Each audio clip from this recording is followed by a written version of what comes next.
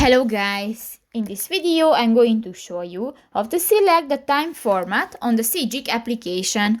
But first of all, I just want to mention, please don't forget to subscribe to our channel, because at 100,000 subscribers we are going to show you our YouTube revenue statistics and growth strategy, how to make money online. So let's jump into it. First of all, open the application on your device.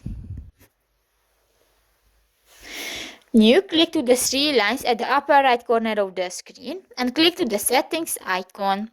In the general section, go to the view and unit option and you can find the time format under the distance units. Click that and you can find fourth option and just select one and click that and done. So that's pretty much it for this video guys. See you in the next one.